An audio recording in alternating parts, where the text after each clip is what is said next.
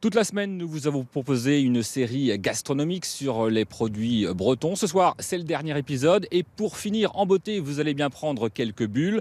Des bulles de cidre qui, vous allez le voir dans ce reportage de Maïna Sikarkras et Stéphane Sauvillier, commencent dans un pressoir à Champagne et finissent façon vin chaud.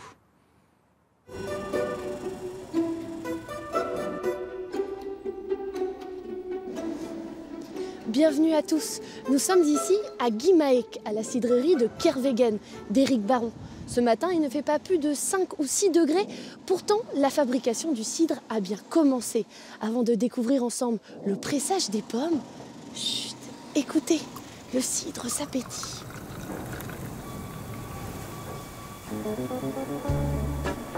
Si le cidre de Kervegen scintille autant, c'est qu'il est travaillé par un appareil bien spécifique. C'est un pressoir traditionnel à Champagne. Cette machine, Éric Baron l'a faite venir directement de Reims. Sa fonction principale, c'est d'exercer des pressions lentes tout en douceur. Si on pressait rapidement, on aurait du jus très trouble. C'est pas ce qu'on recherche du tout. Aussi pour l'extraction de l'arôme, il vaut mieux que le pressage se fasse très lentement.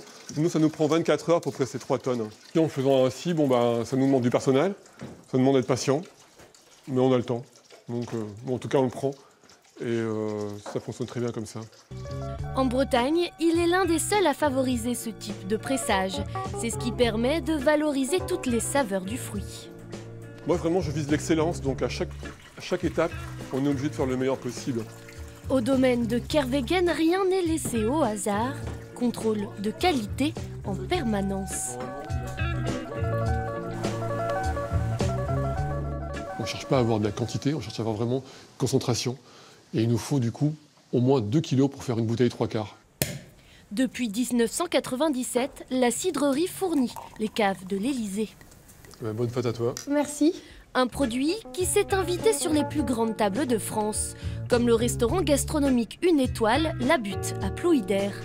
Bonjour Nicolas Coron. Bonjour Maïna, bienvenue. Merci beaucoup de nous accueillir dans votre établissement. Avec plaisir. Alors j'ai avec moi une bouteille, Oui. du cidre de Kervegen que vous connaissez bien. Exactement. On part sur un vin chaud, mais là ça va être du cidre. D'accord, facile à faire Extrêmement facile à faire. et parfait pour les fêtes. Et parfait pour les fêtes, ça s'accorde très bien avec les repas de fête. Alors on va travailler avec simplement du beurre de baratte, du beurre cru, du miel que l'on va utiliser ici en cadre, en section pour avoir tous les arômes du miel, et puis un petit peu de safran bigoudin qu'on a juste là. Donc ça c'est du miel tout simplement qu'on a pris directement d'une ruche comme ça en plaque, donc on utilise l'ensemble. Et donc on ajoute ce cidre tout simplement pour le faire infuser. Donc là on fait vraiment fondre cette section de miel de manière à ce qu'on ait tout soit diffusé. Le miel, la cire, cette propolis qui est important au point de vue santé aussi. On a besoin d'apporter encore de la gourmandise à ce cidre chaud. Et vu qu'on est en Bretagne, on va utiliser du beurre. Du beurre de micelle, du beurre de baratte, du beurre cru. On va partir sur 50 grammes de beurre là, sur cette préparation-là. Il faut continuer à chauffer pour que ce beurre fonde complètement, tout simplement. Donc voilà, on a notre petite préparation. Très bien. Qui est prête à être servie comme ça ou non? Non, on ne va pas la servir comme ça. Justement, on a perdu ce côté pétillant. On va ajouter un tout petit peu de cidre frais pour redonner du peps et on finira par un petit pistil de safran. Je te propose qu'on aille faire ça, pourquoi pas dans la cuisine avec quelques mignardises, des gourmandises. Comme ça, on pourra déguster ça et ce sera encore plus gourmand.